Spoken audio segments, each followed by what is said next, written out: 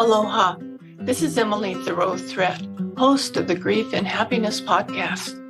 Every Friday, I share with you my love notes, giving you a little something to think about as you navigate through your grief journey, finding happiness expanding along your way. And every Tuesday, I post my regular podcast sharing wonderful conversations with people you can relate to and who offer you encouraging ideas and helpful inspiration.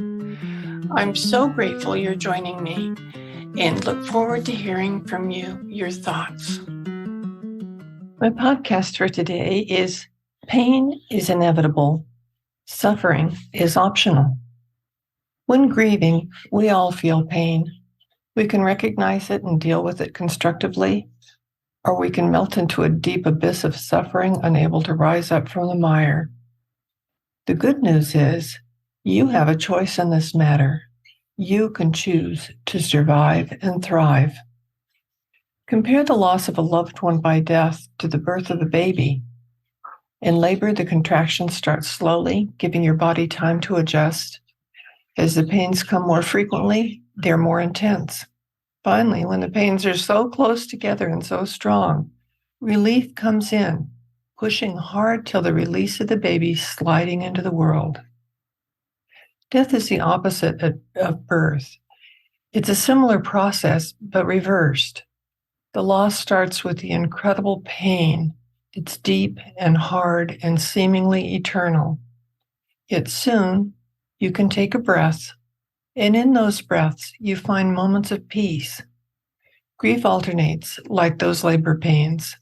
The further away you get from the actual transition, the further apart are the waves of pain. The key here is what you do in between. Those times when you may feel empty or deeply sad. Sometimes it may feel like you're in a fog and things don't quite feel real. Recognize these times as a place to heal. But how can you do that? Journaling through this journey helped me more than anything else. If you feel that you're suffering, write about that. What does your suffering look like? If suffering was a person, what would you say to him or her? Tell it how you feel. Ask it what it wants from you.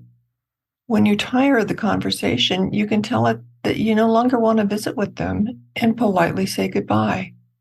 Although suffering may still come to your door on occasion, you have the strength to not open it. You can do this exercise in your journal with any feeling that comes up. You may feel anger, rage, depression, or any other emotion.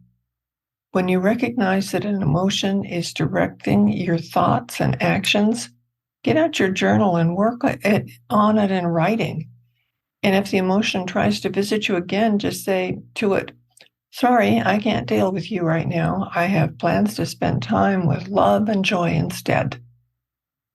Even when you feel weak and out of control, remember that ultimately you are in charge of your life. Make the conscious choice to take the best care of yourself, to live your very best life. My husband Ron told me when I had said, "I'm sorry" too many times in one day, "Do you think I want to be with a sorry woman?" That caused me to pay attention to what I was doing. What you speak is who you are.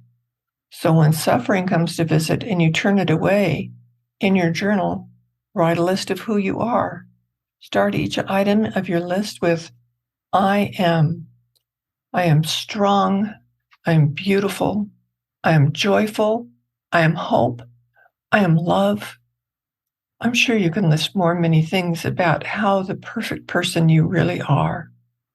You can rise up from the mire of suffering. You can live that beautiful, inspiring life like you long for. Take good care of your precious self. I'm always here for you. Do you want more comfort, support, and happiness? Join the Grief and Happiness Alliance. Visit my website at lovingandlivingyourwaythroughgrief.com and read my book, Loving and Living Your Way Through Grief. Be sure to subscribe to our podcast, rate it, review it, and binge on all our episodes on grief and happiness.